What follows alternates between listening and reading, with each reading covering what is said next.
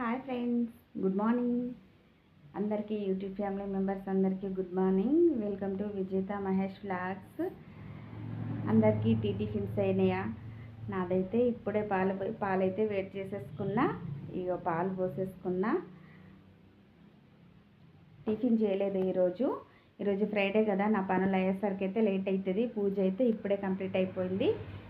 వంట కూడా కాలేదు ఈరోజు. మా ఆయన అయితే వట్టి పాలు తాగేస్తే వెళ్ళిపోయిండు, లేట్ అవుతుంది అనేసి. వంట అయ్యేసరికి